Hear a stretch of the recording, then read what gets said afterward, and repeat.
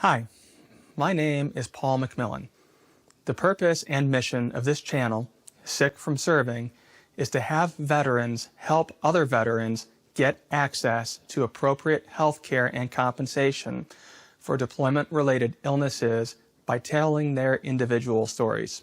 As a collection of stories, we can connect a face to a problem and effect significant change to our health care.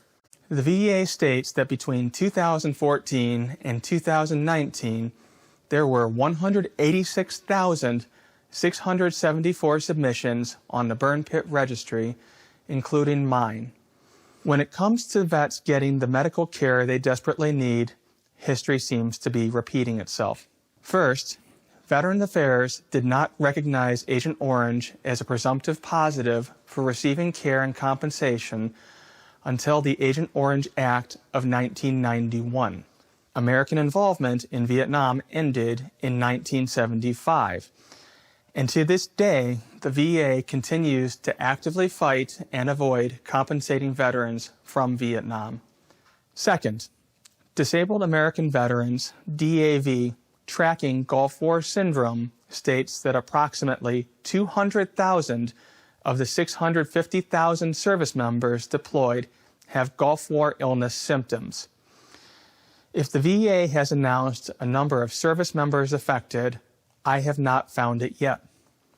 We as veterans cannot afford to allow this to happen again. We can't just sit and wait for the VA to say it's ready to acknowledge the illnesses of this generation of fighters. We have seen this pattern of conduct from the VA before. There are countless stories from veterans of how health care and compensation benefits have been refused to them. The stories I have heard, coupled with information from the VA's own website, shows an extremely disconcerting pattern regarding getting appropriate care for our problems, which are legitimate. Vietnam vets recall that their symptoms were attributed to psychiatric problems before Agent Orange was verified. Burn Pits 360 has stories of vets going bankrupt trying to get testing while still being told they don't have a physical problem. Veterans have attempted, some successfully, suicide out of desperation that no one takes their illnesses seriously. While I understand that the VA healthcare system is underfunded and understaffed, we can't wait for decades for the VA to decide it is willing to admit we have problems. We can't wait for the medical community only to take their cues from the VA. Veterans are sick now. Veterans are dying now. Veterans are slowly deteriorating due to these pulmonary diseases. Veterans are dying of cancers such as glioblastoma, a devastating brain cancer. And we've yet to even start effectively tracking longer-term data, like effects this will have on our children or their children, or even our ability to have children. This is an extraordinary situation. For my family, it has burned through our finances, it has strained our family life, and it has added stressors more difficult than my deployment itself. I never thought that after serving my country, I would return home to fight again to stay healthy. People need to hear directly from us.